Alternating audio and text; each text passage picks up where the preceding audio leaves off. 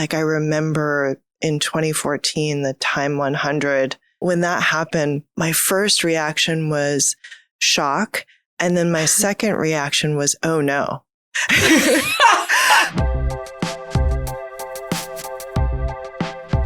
When it comes to personal brand building, stepping on a stage, hosting events, being on podcasts, has that come naturally to you? Has that been something that has happened over time? No. It's so hard. It's so hard. It's so hard. I think we share this. The public persona part of the work has been some of the hardest. I get nervous every time I go on stage, and I've been doing this work for 26, 27 years now. And people are always shocked. But it surprises me to hear you say that. I've seen you speak and you're wonderful. Oh my God. I get so nervous every time I rehearse. And I'm kind of an introvert. And really, I'm an organizer, and organizers are trained to kind of be in the background, support other people's leadership. And so it's a little counterintuitive and emotionally a little dissonant for me to be putting myself out there. And the thing that I have to remember is that I'm actually a vehicle for the ideas, the vision, the goals, the campaign, and if I can reach more people in a space, I have to. Like, that is my actual role. And sometimes I've had these moments where, like, I remember in 2014, the Time 100, when that happened, my first reaction was shock. And then my second reaction was, oh no. Because I felt like I would, it felt like a level of exposure. And also, I was afraid of, I don't know, would people feel like I was promoting myself? Would people, I was afraid of also being judged and being, I don't know what. And also I was like, it should be a domestic worker, not me, and so I had all these internal conflicts about it. And then what I realized is this is an opportunity to talk about the Bill of Rights, talk about the organization, talk about the movement we're building around the country, talk about the issues, and get in front of new audiences, build new partnerships, learn new things for our movement. And still, it's not easy. Yeah. I actually think, though, that all of that is apparent from observing you and your work.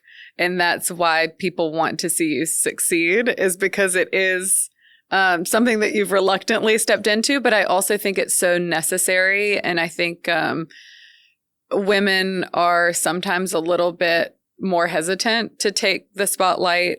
And it's what allows us to do our work and serve our end goal and maximize the chances of us succeeding, because we're representing something so much bigger than ourselves. And so I think, it is necessary for the fundraising. It's necessary to pass the bill, it's part of the job. And I think that figuring out what that looks like in an authentic way is important. But I also think just getting comfortable with speaking to our wins and being able to... Oh, yeah. This is a huge thing. We have to own our wins. Yeah. That same time, my mentor, Linda Burnham, who has been my mentor since I was 25, I called her because I was like, oh no. And she said, don't you dare shrink. Yes. Don't you dare shrink in this moment. This is your moment in the sun. You have to stand in it. Yes. And that is such important wisdom. I have remembered that so many times over the course of, right? It's so, yes. And it's so accurate, because that's what I wanted to do, was shrink. Yes. And it was such the right intervention. Yeah. Yeah. Yeah. And I think that that's important for everyone to hear, because oftentimes what happens is that men are taking wins that they haven't even. Oh, and we have to celebrate everything as a win, like Yes. every step. And each other. Exactly. And each other's successes.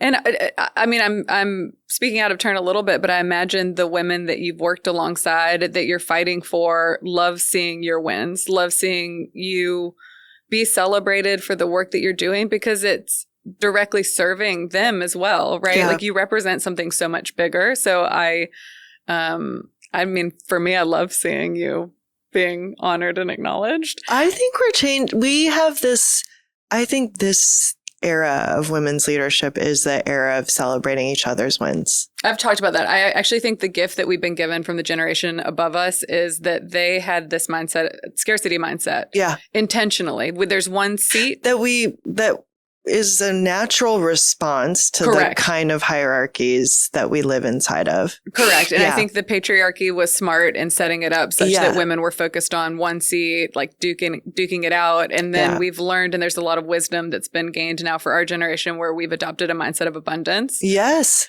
I'm experiencing that very much, I would say, in the last few years, especially. And I think it is a direct result of COVID as well, because women were so disproportionately disadvantaged. And, you'll know the stat better than me, but it's like over 2.2 million left the workforce. Yep, that's right. And there were just so many things that were expected of women. So I think the natural response is, how do we all come together and support one another and move up the ranks together? I mean, that's been my experience.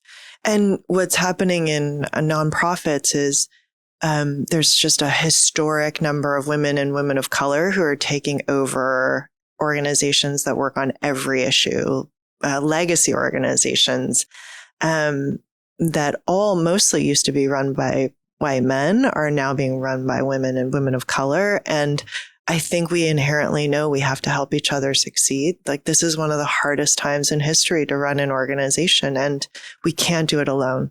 Even as the sole principal, we have to find a way to do this together.